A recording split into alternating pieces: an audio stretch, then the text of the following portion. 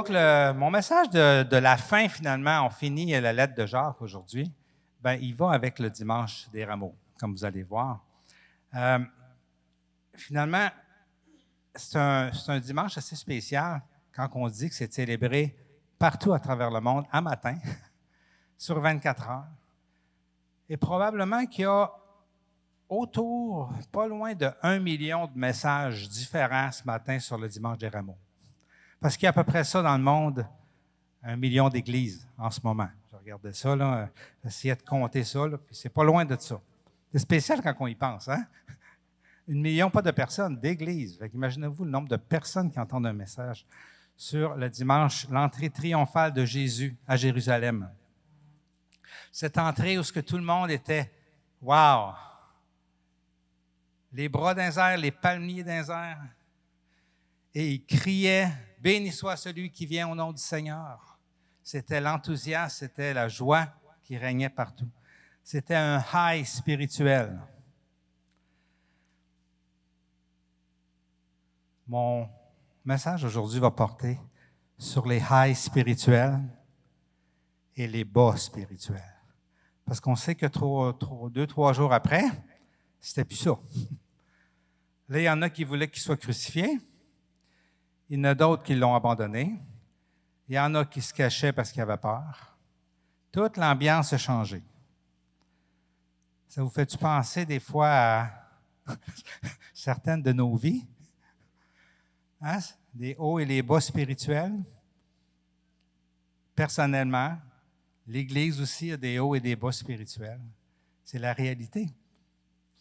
Et pour moi, le message du dimanche des rameaux, c'est ça. Oui, c'est la gloire de Dieu qui arrive, mais qu'est-ce qui s'est passé après? Et c'est de ça que je veux parler. Comment rester dans le high?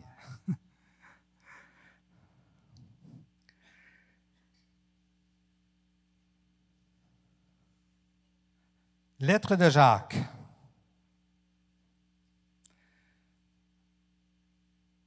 Avez-vous aimé la lettre de Jacques jusqu'à maintenant? C'est bon, hein? Ça parle au cœur. C'est tranchant, mais comme Michael l'a bien dit la semaine passée, tu es rempli d'amour. Amen. Et j'ai vraiment aimé la manière que Michael a voulu vraiment nous faire ressortir l'amour qu'il y a à travers de ça. Jacques parle aux chrétiens, mais son message, c'est pour nous aujourd'hui. En fait, Jésus nous parle par la lettre qui a inspiré à Jacques. S'il y en a d'entre vous qui sont nouveaux dans la foi, c'est sûr que la lettre de Jacques s'adresse à ceux qui étaient chrétiens ou qui se disent chrétiens. Okay? Mais la parole est remplie de messages pour tout le monde, peu importe dans la ligne de croissance spirituelle qu'on est.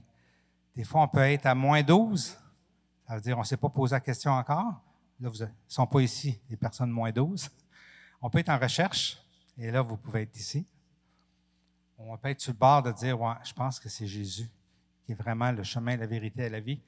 Comme il le dit, finalement, ce n'est pas un charlatan, ou on peut l'avoir découvert. Okay? Peu importe où ce qu'on est, la parole de Dieu nous enseigne. Et à ceux qui sont en recherche, Jacques vous dirait des paroles telles que « Crois au Seigneur Jésus, tu seras sauvé. Quiconque invoque le nom du Seigneur sera sauvé. » Dieu t'a tellement aimé qu'il a envoyé son Fils. Et ce Fils-là, il est venu sur la terre parce qu'il avait compassion de toi. Et il est allé jusqu'à la croix pour que tu sois libéré de tous tes remords, de toute ta honte et de tous tes péchés. Il l'a cloué à la croix pour que tu sois libre à nouveau, que tu te relèves, que tu relèves la tête. Il dirait aussi, ça c'est par Jacques, que la vraie Église, ce n'est pas une religion.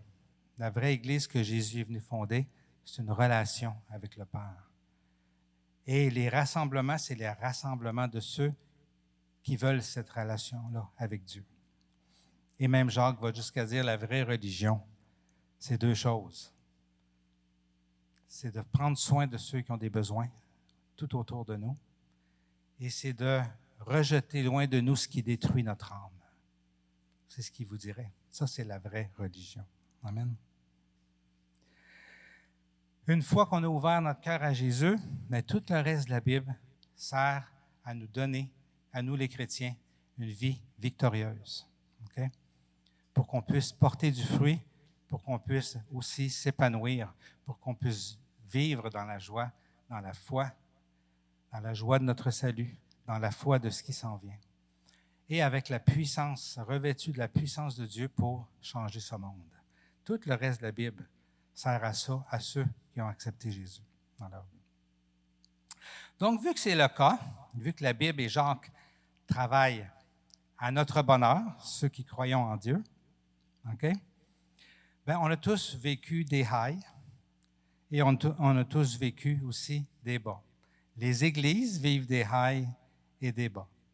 Et Jacques parle directement au cœur des chrétiens, des vraies affaires qu'on a besoin d'entendre pour arrêter de se mettre les pieds d'un plat et pour arrêter de vivre notre vie chrétienne en dehors du chemin de Dieu et à cause de ça, souffrir les conséquences, être déçu et finalement s'éloigner de Dieu et aller jusqu'à vivre une vie complètement sans Dieu. On a parlé beaucoup du personnage de Jacques et j'ai à cœur aujourd'hui de nous aligner avec le cœur de Jacques. Amen. Jacques qui parle à qui? Au peuple de Dieu, aux 12 tribus dispersées. Donc, il parle aux Juifs dispersés partout, mais pas n'importe lesquels, ceux qu'ils appellent frères et sœurs, donc ceux qui ont accepté Jésus dans leur vie. OK? Et c'est évident que le cœur de Jacques, tout au long de la lettre, il veut ramener les chrétiens dans une vie de victoire, dans le chemin de Dieu vraiment. Ils veulent les sortir du chemin du monde pour les remettre dans le chemin qui va les rendre heureux, qui va faire qu'ils vont s'épanouir, qui vont être non seulement dans la joie de leur salut, mais aussi dans la puissance de Dieu, dans l'onction de Dieu et pour changer ce monde. Amen. Lorsqu'on lit une lettre dans la parole de Dieu où ce que c'est assez tranchant, on aime utiliser le mot tranchant parce qu'il y a un passage qui dit la parole est comme une épée à double tranchant. Alors, Jacques est tranchant. Il y en a qui le sont plus que d'autres. Hein? En fait, la Bible est pas mal toute tranchante quand on l'examine pas mal. Mais lorsqu'on lit un langage tranchant, on peut l'interpréter de deux façons. Dépendamment de notre background, de ce qu'on a vu, de ce qu'on a entendu, de ce qu'on a vécu aussi, OK? On peut l'entendre de deux façons. OK? Donc, on va lire le passage qui me revient aujourd'hui. Moi, je vous lis du chapitre 4, verset 13, jusqu'à la fin du livre de Jacques, c'est-à-dire la fin du chapitre 5. Et on va commencer, et je vais vous emmener deux façons de voir ce qui est écrit, de voir une lettre tranchante. La première, on va mettre la diapositive. OK? Ça dit, « Et maintenant, écoutez-moi, vous qui dites, aujourd'hui ou demain, nous irons dans telle ville, nous y passerons une année, nous ferons des affaires, nous gagnerons de l'argent. Savez-vous que ce que demain vous réserve? Qu'est-ce que votre vie? Une brume légère, visible pour quelques instants qui se dissipe bien vite. Voici ce que vous devriez dire. Si le Seigneur le veut, nous vivrons, nous ferons ceci, nous ferons cela. Mais en réalité, vous mettez votre orgueil dans vos projets présomptueux. Tout orgueil de ce genre est mauvais. Or, qui sait faire le bien et ne le fait pas se rend coupable d'un péché. » Comment on se sent quand c'est dit de même? Puis après ça, il parle aux riches de son temps, puis il dit, « Et maintenant, écoutez-moi, vous qui êtes riches, pleurez et lamentez-vous au sujet du malheur qui vont fondre sur vous. Votre richesse est pourrie et vos vêtements sont rongés par les mites. Votre or et votre argent sont corrodés et cette corrosion témoignera contre vous. Elle dévorera votre chair comme un feu. Vous avez entassé des richesses dans ces jours de la faim.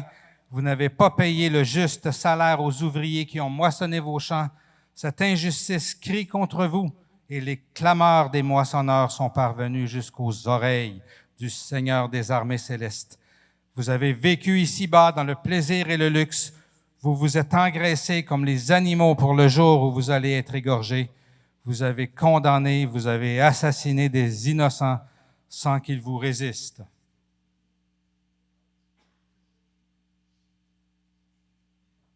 On aime ça, des messages de même? Hey, c'est la parole de Dieu que je vous lis, là. Vous ne pouvez pas être contre la parole de Dieu. Qui est contre la parole de Dieu? Là, j'aurais pointé mon doigt. Vous êtes bien mieux. Ça fait une grosse différence de la manière qu'on lit les choses et qu'on interprète le personnage qui écrit. Est-ce qu'on croit que ce doigt représente le cœur de Jacques? Il y en a qui ne sont pas sûrs. Qui dit oui, ça représente le cœur de Jacques, le doigt qui pointe comme ça? OK? Qui dit que ça ne représente pas le cœur de Jacques? Il y a beaucoup d'indécis, beaucoup d'indécis.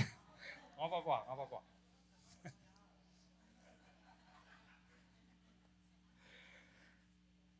L'expérience de la vie nous dit, que ce soit nous qui soyons pointés du doigt ou que nous qui pointons quelqu'un du doigt, que si on veut qu'un cœur change, ça ne marche pas.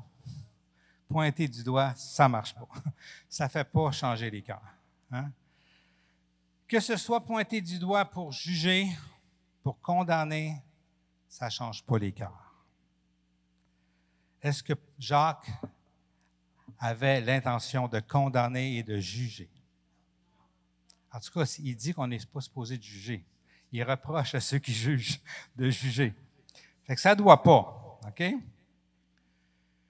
Lorsqu'on parle à un chrétien, il faut se souvenir d'une chose. Il n'y a aucune condamnation pour celui qui est en Christ, dit Paul dans sa lettre aux Romains. Il n'y a aucune condamnation pour celui qui est en Christ. Il y a juste des opportunités pour s'améliorer, pour être plus heureux, plus épanoui dans notre nouvelle vie, qui va se poursuivre dans l'éternité.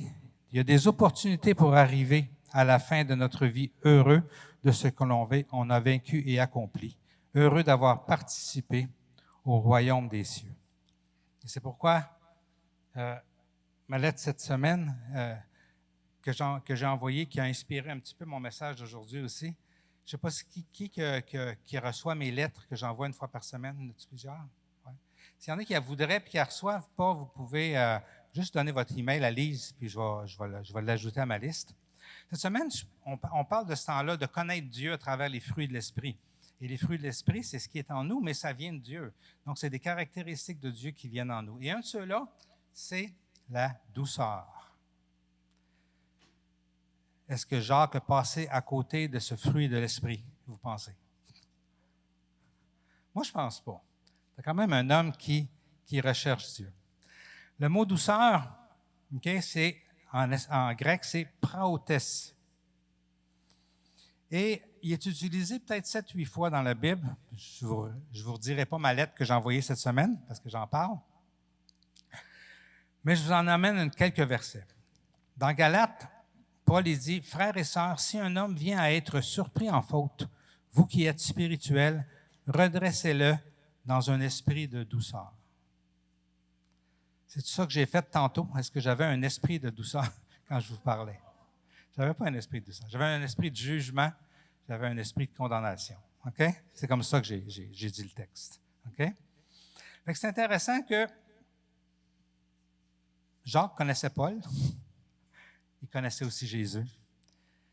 Qui dit, Jésus, qu'est-ce qu'il dit? « Heureux les doux, car ils hériteront la terre. » OK? Donc, je ne pense pas que Jacques avait ça, mais je pense que son cœur était plutôt avait plutôt un esprit de douceur. Et Jacques, c'est intéressant, qui invite les gens à accueillir la parole qu'on leur dit avec douceur. Accueillez avec douceur la parole qui a été plantée en vous et qui peut sauver vos âmes. Pensez-vous qu'il peut dire aux gens d'accueillir avec douceur quand il le frappe dessus avec une masse, ça ne marche pas, là. Tu ne peux pas accueillir avec douceur des coups de masse à la tête. OK? Donc, c'est sûr que Jacques n'avait pas une attitude comme ça. Il avait une attitude douce parce qu'il marchait avec l'Esprit Saint et bien entendu, il possédait ce fruit de l'Esprit qui est la douceur. Lorsque Jacques encourage à mettre sa foi en action, on a vu ça dans les semaines précédentes, de pas juste, il dit, montre-moi ta foi par tes œuvres. C'est intéressant de la manière qu'il dit. Il dit, lequel parmi vous est sage et intelligent, qu'il montre par un bon comportement ses œuvres empreintes de douceur et de sagesse. Jacques invite les gens à servir Dieu avec douceur et avec sagesse, peu importe ce qu'on fait comme service. Peu importe si on travaille avec les personnes les plus difficiles à rencontrer, avec les caractères les plus difficiles, faites-le. Faites vos œuvres empreintes de douceur et de sagesse. Donc, si Jacques est consistant avec ce qu'il dit lui-même, s'il est consistant avec Paul, s'il est consistant même avec Jésus, OK? Il ne pointait pas du doigt. Il avait le souci, son souci, c'était l'âme des personnes à qui il prêche. Okay? Il prêche à des chrétiens. Il avait le souci de leur âme. Il avait compassion de leur âme. Il avait un désir pour un futur fructueux. C'était important pour lui, leur relation avec Dieu et leur relation avec les autres autour d'eux. Le titre de mon message aujourd'hui, « Doux et tranchant, ça transforme. » Juste tranchant et en pointant du doigt, ça ne transforme pas. Alors, ça peut amener certains fruits. Si les personnes ne s'en vont pas, ils vont faire semblant parce qu'ils ont peur d'être jugés ou pour bien paraître ou pour être acceptés des autres. Mais il n'y a pas de profondeur, il n'y a pas de racine.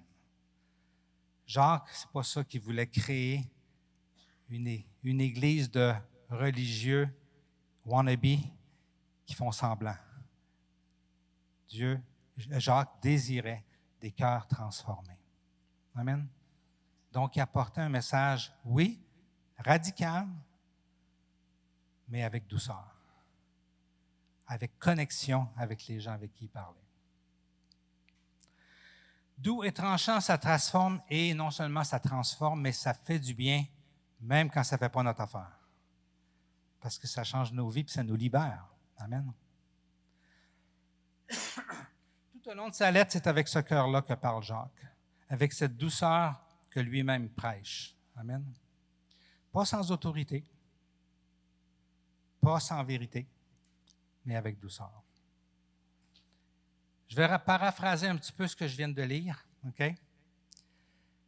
Et si je paraphrase, même si je rajoute des mots et tout ça, je le fais à la lumière de tout ce qu'il a écrit, OK?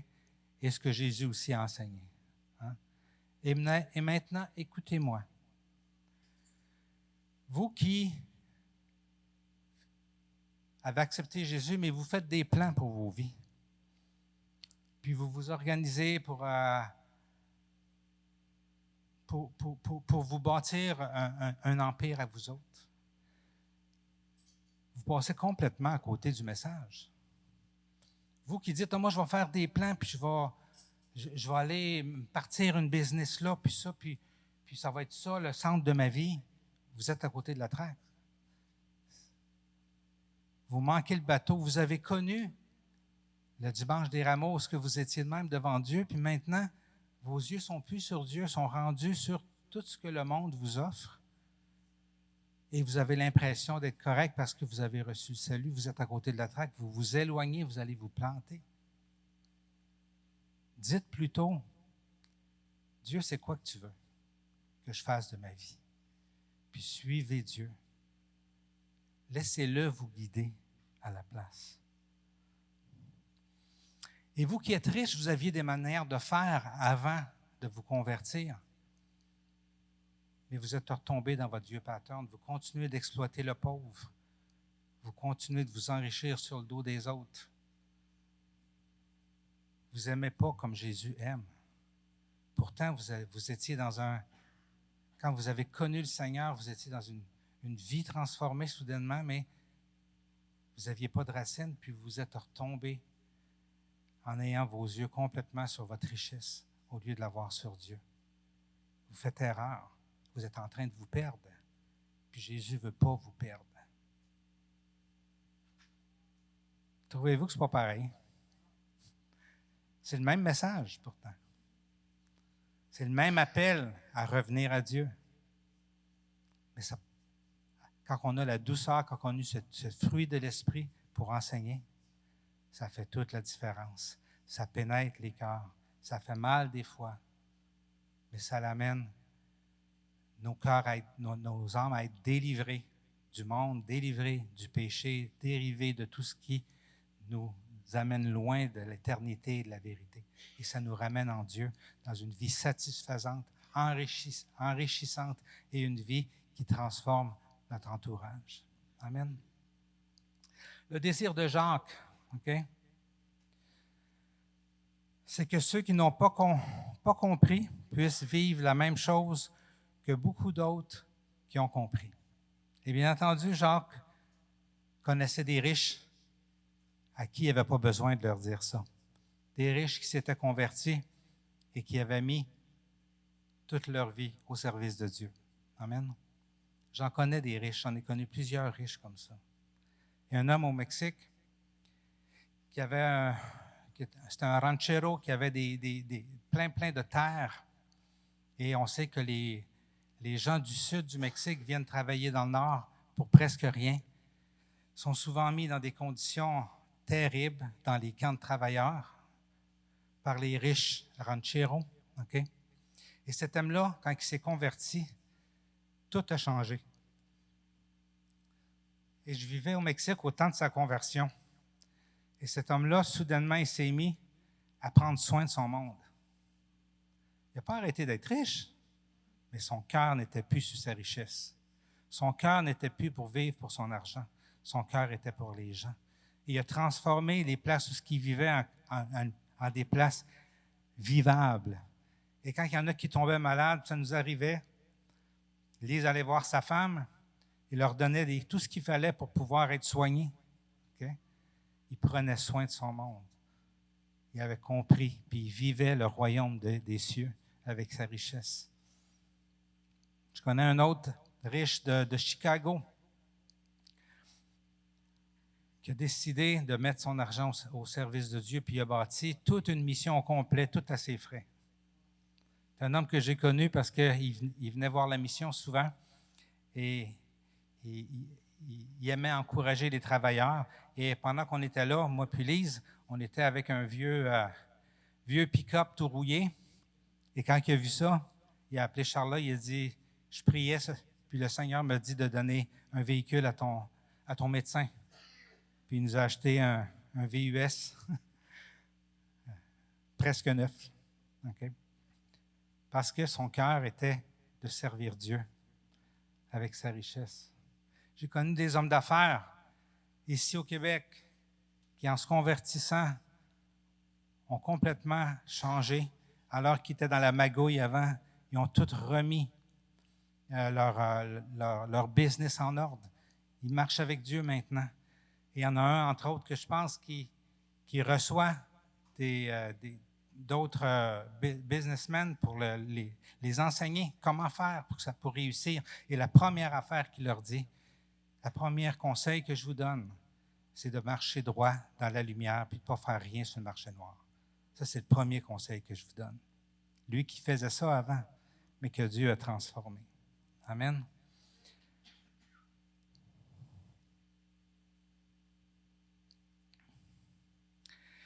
Donc, Jacques aussi en connaissait des comme ça. Puis il voulait tellement que les autres vivent la même chose. La gloire de servir Dieu. La gloire de mettre tout dans ses mains et de lui demander, Seigneur, c'est quoi que tu veux faire de ma vie? Amen.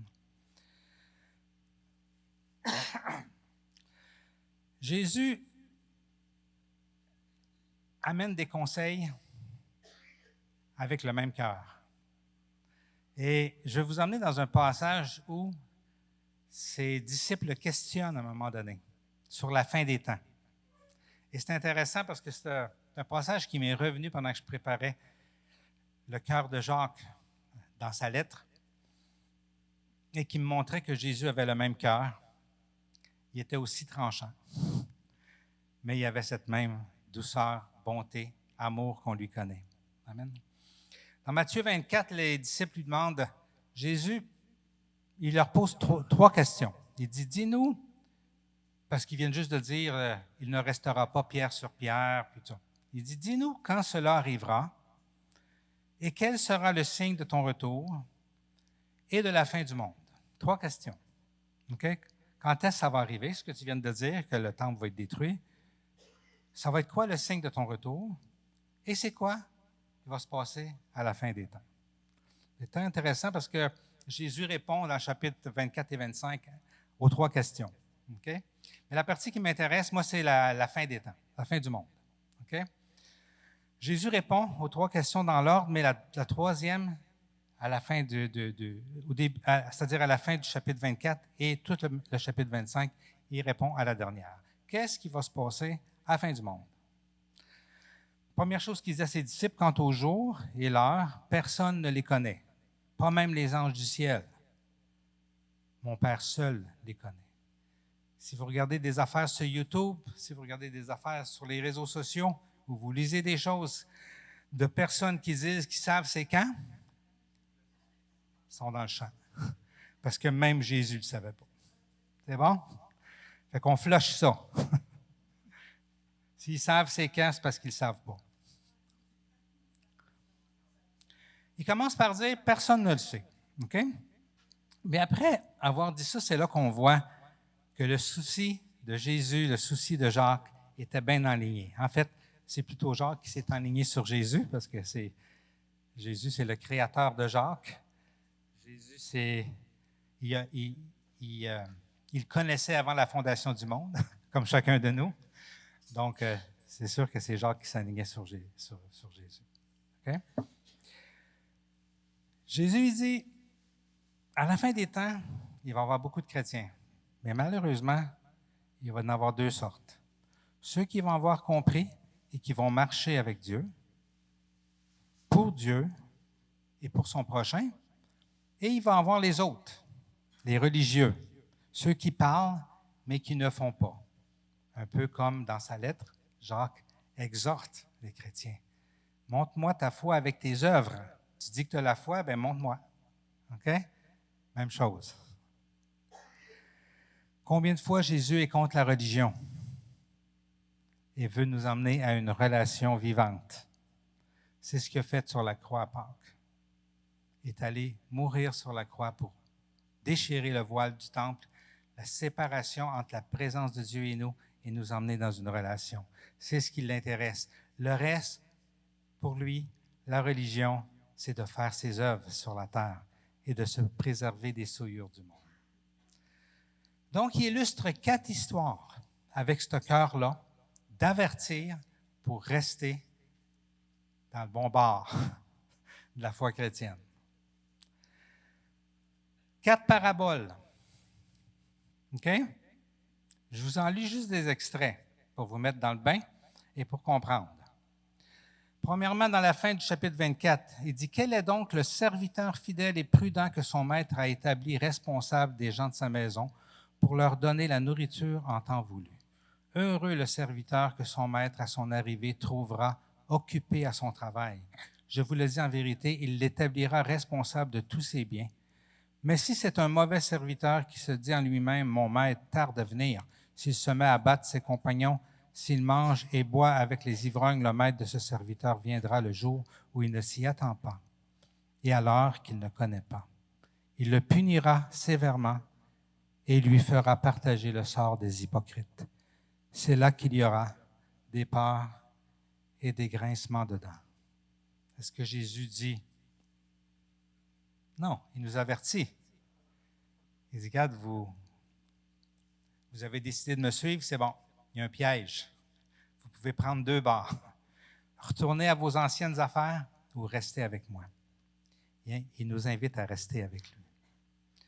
Ensuite, il y a la parabole des 10 vierges, où il dit qu'à la fin des temps, OK, il va y avoir 10 Genevièves. C'est-à-dire, alors le royaume des cieux ressemblera à 10 jeunes filles qui ont pris leur lampe pour aller à la rencontre du marié.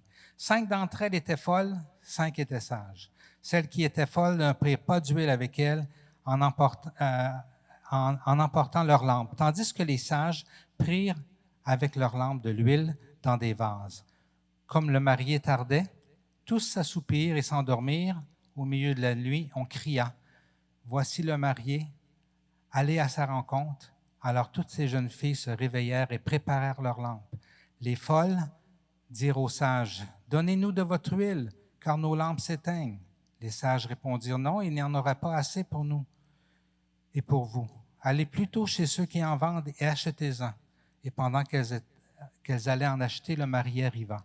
Celles qui étaient prêtes entrèrent avec lui dans la salle des noces et la porte fut fermée. Plus tard, les autres filles vinrent et dirent, « Seigneur, Seigneur, ouvre-nous. » Mais il répondit, « Je vous le dis en vérité, je ne vous connais pas. Restez donc vigilants, puisque vous ne savez pas le jour ni l'heure où le Fils de l'homme viendra. » Tranchant, n'est-ce pas?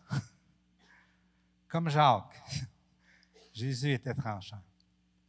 Mais il dit, vous voulez me suivre? Gardez votre lampe pleine d'huile. Et bien entendu, l'huile représente l'Esprit Saint. Restez en moi, demeurez en moi. Combien de fois Jésus le dit? Demeurez en moi. Amen. Éloignez-vous pas, vous allez vous faire bouffer par l'ennemi. Résistez à l'ennemi parce qu'il attend, il est juste là comme un lion qui attend pour vous dévorer. Restez en moi. C'est l'invitation de Jésus. Il y a aussi la parabole des serviteurs et de leurs talents. Un maître qui a donné des talents à des serviteurs.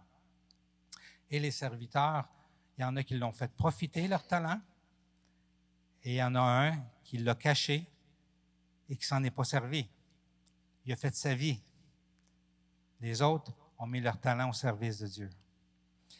Et, je ne vous la lis pas parce qu'elle est longue, la parabole, mais ça finit que, finalement, dans Matthieu 25, vous pouvez la lire, le maître vient et il félicite ces bons serviteurs qui ont mis leur talent à son service.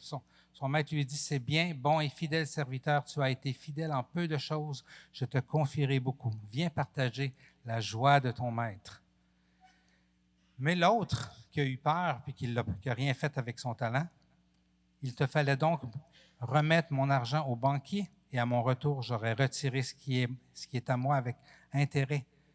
Prenez-lui donc le sac d'argent et donnez-le à celui qui a 10 sacs. En effet, on donnera à celui qui a et il sera dans l'abondance. Mais à celui qui n'a pas, on enlèvera même ce qu'il a. Quant au serviteur inutile, jetez-le dans les ténèbres extérieures. C'est là qu'il y aura des pleurs et des grincements de dents. Est-ce qu'il est moins tranchant que Jacques? Hein? Jésus est assez direct. Il les avertit. Il ne les condamne pas. Il va y avoir une condamnation à la fin des temps. Il dit, arrangez-vous pas pour être là. Demeurez en moi. Mettez vos talents à mon service et au service de ce monde en souffrance qui a besoin de vos talents. Amen.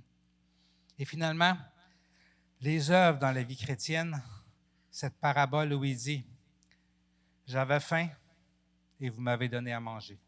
J'avais soif, vous m'avez donné à boire. J'étais nu, vous m'avez revêtu. J'étais en prison, vous m'avez visité. J'étais malade et vous m'avez visité. Entrez dans la joie de votre maître. »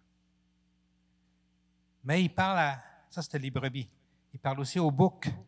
Puis aux boucs, il leur dit, « J'ai eu faim et vous ne m'avez pas donné à manger. J'ai eu soif, vous ne m'avez pas donné à boire. J'étais nu, vous ne m'avez pas vêtu. J'étais en prison, vous ne m'avez pas visité. J'étais malade et vous ne m'avez pas visité. »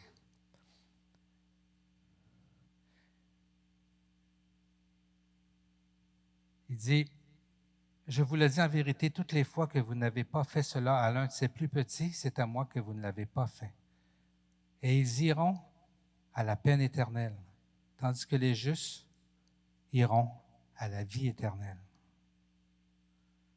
Le souci de Jésus, c'était de garder ses disciples vivants et de ne pas retomber dans la mort de la vie du monde, loin de lui. C'est exactement ce que Jacques dit lorsqu'il dit « Montrez-moi votre foi avec vos œuvres. » S'il y a quelqu'un qui a des besoins, ne fais pas juste lui dire « Ah, tu as des besoins, bien, je vais prier pour toi. Salut, je suis occupé. » Arrête-toi, pourvois ses besoins. Occupe-toi-en. Donne-lui de ton temps aussi. Amen. C'est exactement la même chose que Jacques dit. Donc, le souci de Jésus, c'était pour les âmes. Avec douceur, il avertit les enfants de ne pas manquer le but. Donc, la parabole sur la fin des temps, aimer son prochain, les maîtres avec leurs semblables. Rester remplis du Saint-Esprit, les vierges folles et les sages. Servir Dieu, les serviteurs et leurs talents. Servir son prochain, les œuvres dans la vie chrétienne. Jacques, dans sa lettre, a ce même souci. Il prend au sérieux ce que Jésus a enseigné et avec douceur, il fait de la prévention pour que les chrétiens, ses frères et ses sœurs qu'il aime, ne manquent pas le but. En gardant en tête le cœur de Jacques, on va lire la lettre, on va finir en lisant le reste de sa lettre. Et on garde en tête ce cœur-là qu'il a. Le cœur qu'il a pour les âmes et pour que les âmes soient bénies d'être sauvées avec une vie, la vie abondante que Christ veut pour chacun de nous. Et aussi porteuse de fruits tout autour de nous. Accueillez avec douceur la parole qui a été plantée en vous et qui peut sauver vos âmes. Soyez donc patients, frères et sœurs, jusqu'au retour du Seigneur. Voyez le cultivateur, il attend le précieux fruit de la terre en faisant preuve de patience envers lui jusqu'à ce qu'il ait reçu les premières et les dernières pluies. Vous aussi soyez patients. Affermissez votre cœur, car le retour du Seigneur est proche. Plusieurs auteurs du Nouveau Testament, incluant Jésus, parlent du retour du Seigneur. Jésus a toujours voulu qu'on vive comme si le retour du Seigneur était demain matin. Lui, il a dit ça il y a 2000 ans, que le retour du Seigneur est proche. Heureusement qu'il n'est pas revenu avant, on ne serait pas là, on n'existerait pas. Vivons comme si son retour était proche. Soyez patients. Si les choses ne se passent pas comme vous voulez, vous avez des prières qui n'ont pas été répondues. Vous lui demandez pour le salut d'un proche, ça n'arrive pas encore. Vous lui demandez des choses, vous lui demandez de vous guérir, d'enlever votre souffrance, toutes sortes de souffrances de l'âme.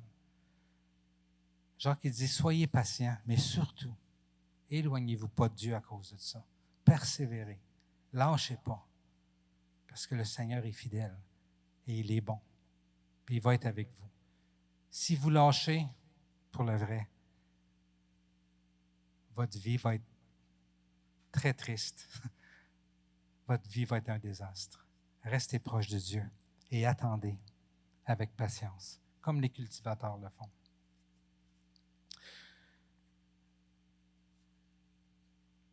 Jacques poursuit et nous donne plein de conseils pour pouvoir rester en lui.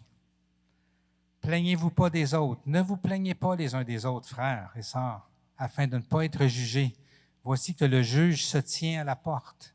Qu'est-ce qu'il dit, Jacques, ici? Il dit, si vous vous mettez à juger l'autre, vous plaindre de vos frères et sœurs, vous sortez du chemin de Dieu. Puis là, le juge qui parle, là, c'est l'ennemi, là. Lui, il ne vous manquera pas. Ouvrez-y pas la porte. Aimez votre prochain. Pardonnez. Oui, mais pardonnez. Oui, mais pardonnez. Amen. Voyez l'autre plus grand que vous. Wow, wow. Voyez l'autre plus important que vous. C'est la parole de Dieu. Ainsi, vous allez rester en Dieu. Être patient et persévérer dans l'épreuve, comme on vient de parler. Mes frères et sœurs, prenez pour modèle de patience dans la souffrance les prophètes qui ont parlé au nom du Seigneur. Nous disons heureux ceux qui persévèrent. Vous avez entendu parler de la persévérance de Job et vous avez vu la fin que le Seigneur lui a accordée, car le Seigneur est plein de tendresse et de compassion. Dieu sait que notre vie n'est pas facile. Il sait que ce n'est pas facile. Il sait qu'il va y avoir des épreuves. Il sait qu'il va y avoir de la persécution aussi. Persévérer. Regardez Job. Est-ce qu'on a vécu ce que Job a vécu? Il a tout perdu. Il ne peut pas perdre plus que ce que Job a perdu. Mais il a persévéré avec un cœur devant Dieu. Garder son cœur en Dieu, ça c'est la recette que Jacques nous donne en nous parlant de Job. Peu importe ce qui arrive, peu importe les fleurs, gardez votre cœur en Dieu. Souvenez-vous ce qui est arrivé à la fin pour Job. Est-ce que vous doutez que si vous persévérez dans l'épreuve, qu'il va vous arriver quelque chose d'aussi beau que Job? On doute des fois pour le vrai. On pense que ça ne nous arrivera pas. Écoutez, je peux vous dire que ce qui est assuré à 100%, ça je peux vous le promettre, c'est que dans l'éternité, vous allez être restauré autant que Job l'était. Mais pour plusieurs, vous allez vivre des belles choses dans votre vie terrestre, malgré l'épreuve. Et pour tout le monde qui persévère, vous allez vivre la paix de Christ, la joie de votre salut. Ça, c'est réservé à tout le monde qui reste en Christ. Amen. Faites pas les vierges folles, qui nous dit Jacques. Vivre de façon intègre. Avant tout, mes frères et sœurs, ne jurez pas, que ce soit par le ciel, par la terre, par une autre forme de serment, mais que votre oui soit oui, que votre non soit non, afin que vous ne tombiez pas sous le jugement. Chaque fois qu'on dit « je te le promets », ça sous-entend que probablement que tu ne le feras pas. Si on est obligé de dire « je te le promets, je te le jure », ça sous-entend que c'est possible que tu ne le fasses pas. C'est pour ça que autant Jésus nous dit, vous avez encore appris qu'il a été dit aux anciens, tu ne perjureras point, mais tu t'acquitteras envers le Seigneur de ce que tu as juré. Mais moi, je vous dis de ne jurer aucunement, ni par le ciel, parce que c'est le trône de Dieu, ni par la terre, parce que c'est son marchepied, ni par Jérusalem, parce que c'est la ville du grand roi. Ne jure pas non plus par ta tête, car tu ne peux rendre un seul cheveu blanc ou noir. Que votre parole soit oui, oui, non, non. Ce qu'on y ajoute vient du malin. Ça, c'est quelque chose qu'on a à gagner dans l'Église. Hein? Vous savez, on vit dans une ère où l'engagement n'est vraiment pas populaire. Notre société a peur de l'engagement. Et bien entendu, quand on se convertit, on traîne ça. Et même dans l'Église, on a peur de l'engagement. Pourtant, on appelle constamment, peuple de Dieu, venez et servons Dieu ensemble. Vous savez, bâtir le royaume des cieux, c'est l'affaire de tout le monde. Ayons pas peur de l'engagement. L'Esprit est là pour nous guider. Et ce qui sort de ça, c'est plein de beaux fruits. Premièrement, dans notre cœur, la joie de servir Dieu. Et ensuite autour de nous, parce que ça donne des fruits partout autour de nous. Et quand on dit qu'on s'engage en quelque part, dans l'Église ou en dehors de l'Église, que notre oui soit oui. Et quand on dit qu'on ne fera pas telle ou telle chose, que notre non soit non. C'est-tu possible, humainement parlant? Non. Mais avec l'Esprit de Dieu, oui, c'est possible. Donc, n'acceptons pas dans notre vie que notre oui devienne un non. Et n'acceptons pas dans notre vie qu'un non devienne un oui. Quand on voit ce symptôme-là, allons vers Dieu et puisons en Dieu son esprit pour qu'il donne dans notre cœur ce fruit-là d'intégrité à laquelle on est appelé. Amen. Restez en lui, peu importe. Quelqu'un parmi vous est-il dans la souffrance? Qu'il prie. Quelqu'un est-il dans la joie? Qu'il chante des cantiques. Jacques sait très bien qu'il y a deux sortes. On est fait de deux sortes de façons. Hein, il y en a que quand ça va mal, ils vont vers Dieu. Il y en a qui prient juste dans ce temps-là. Puis il y en a d'autres, quand ça va mal, ils s'éloignent de Dieu. Puis c'est la même chose pour la joie. Jacques sait qu'il y a des gens qui, quand ils sont dans la joie, sont émerveillés dans Dieu. Puis il y en a d'autres, quand ils sont dans la joie, bien, ça va bien. On va aller essayer les choses que le monde nous offre. Jusqu'à temps que ça aille mal. Là, on va revenir. Vous êtes dans la souffrance, priez. Vous êtes dans la joie, chantez des cantiques. Restez en Dieu, peu importe. Faites pas les vierges folles. L'Église est là pour toi, pour te garder en lui. Jacques dit, si quelqu'un parmi vous est-il malade, qu'il appelle les anciens de l'Église et que les anciens prient pour lui en lui appliquant de l'huile au nom du Seigneur. La prière de la foi sauvera le malade et le Seigneur le relèvera. S'il a commis des péchés, le pardon lui sera accordé. Quel jackpot!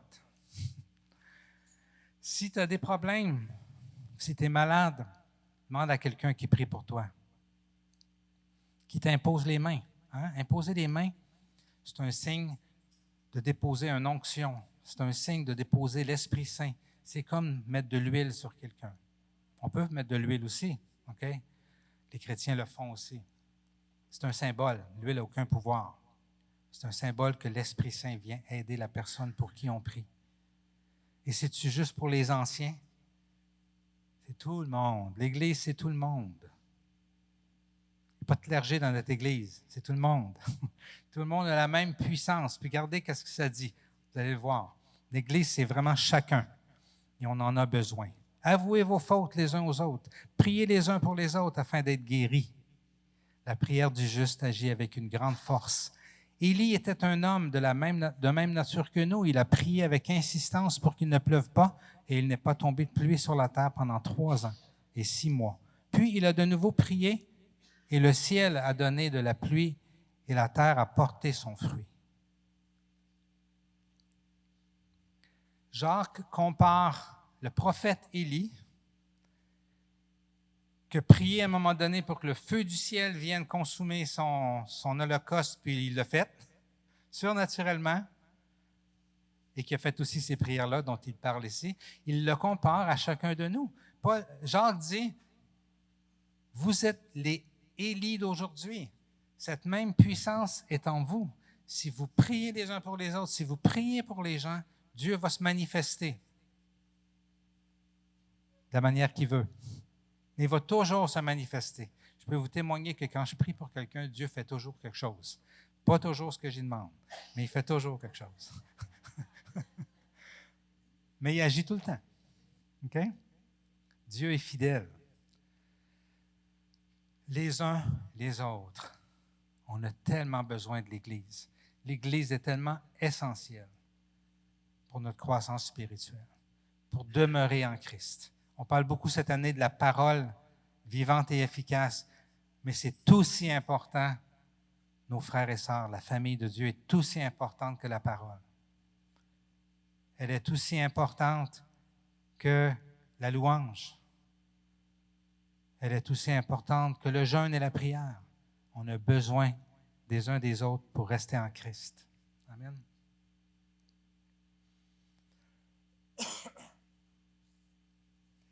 Lorsque Jacques mentionne donc cette puissance-là, croyons qu'elle est en nous, la puissance d'Élie.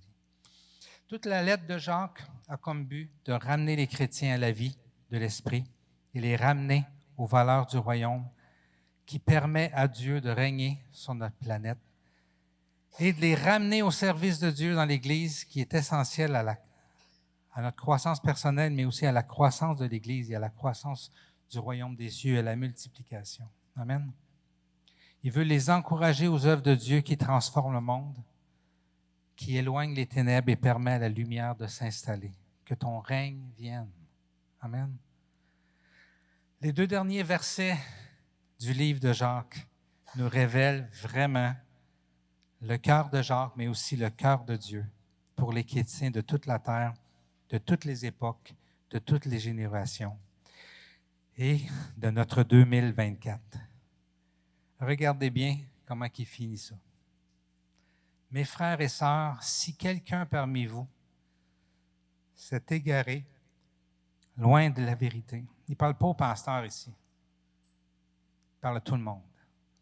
Mes frères et sœurs, si quelqu'un parmi vous s'est égaré loin de la vérité et qu'un autre l'y ramène, sachez que celui qui ramènera un pécheur de la voie où il s'était égaré sauvera une âme de la mort et il couvrira une foule de péchés. Ce qui a motivé Jacques à écrire sa lettre, c'est de voir cet enthousiasme-là qui lui faisait tellement du bien, comme au jour du dimanche des rameaux à l'entrée triomphale de Jésus, et de voir qu'il y en a plusieurs qui étaient en train de sortir de cette gloire-là. Et son cœur dit non, on ne peut pas les laisser se perdre, il faut les ramener. Et son cœur parle au cœur pour ramener les chrétiens dans le chemin de Dieu, en Jésus-Christ, dans la joie de leur salut et la puissance de leur efficacité en Christ. Il voulait les ramener à leur premier amour. Il désire un peuple passionné pour la vérité, passionné pour Jésus, passionné pour les valeurs de son royaume en permanence. Jésus désire un peuple qui est mis à part pour son plan, pour l'humanité.